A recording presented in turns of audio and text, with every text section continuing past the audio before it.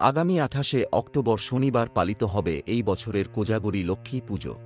কোজাগরী পূর্ণিমা আমাদের মন ও আত্মাকে যেমন শুদ্ধ করে, তেমন শরীরও ভালো রাখে, তা সাহায্য করে। শারদ পূর্ণিমার চাঁদ ষোল কলায় পূর্ণ থাকে। সেই কারণে এদিন চান্দ্রমধু ঝরে পড়ে পৃথিবীর উপর। শারদ পূর্ণিমা 2023 শুভ মুহূর্ত। আশ্বিন পূর্ণিমা তিথি শুরু হবে 28শে অক্টোবর 2023 সকাল 4:07। আশ্বিন পূর্ণিমা তিথির অবসান 29শে অক্টোবর 2023 রাত 1:53।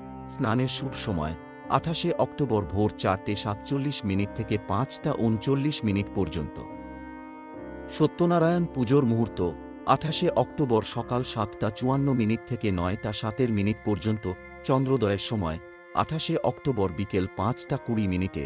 লক্ষ্মী পুজোর শুভ সময় 28শে অক্টোবর রাত 11:39 থেকে 29শে অক্টোবর রাতে 12:31 পর্যন্ত। শারদ পূর্ণিমা 2023 শুভ যোগ। এই বছর কোজাগরী পূর্ণিমায় ছুটি শুভ যোগ পড়েছে।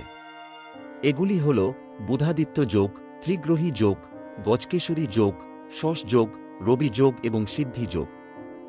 এই 6 শুভ যোগে মর্তে আসবেন মা লক্ষ্মী। সেই কারণে এই বছর কোজাগরী লক্ষ্মী পুজোর উপবাস বিশেষ ফলদায়ক হবে। কেন? সবার সেরা শারদ পূর্ণিমা, জীবনে সম্পদ, সমৃদ্ধি, সুখ ও সুস্বাস্থ্য লাভ করতে শারদ পূর্ণিমা অত্যন্ত গুরুত্বপূর্ণ। মনে করা হয় কোজাগরী পূর্ণিমায় স্বয়ং মা লক্ষ্মী তাঁর ভক্তদের আশীর্বাদ করতে নিচে নেমে আসেন। চাঁদের গা থেকে কোজাগরী পূর্ণিমার রাতে মধু ঝরে পড়ে বলে প্রচলিত বিশ্বাস, যা যে কোনো অসুখ সারানোর জন্য অব্যর্থ। এই কারণে কোজাগরী পূর্ণিমার রাতে চাঁদের আলোয় পায়েস রাখার কথা বলা হয়।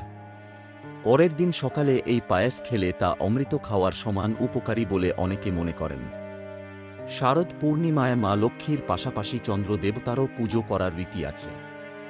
এর ফলে মানসিক শান্তি লাভ করা যায়।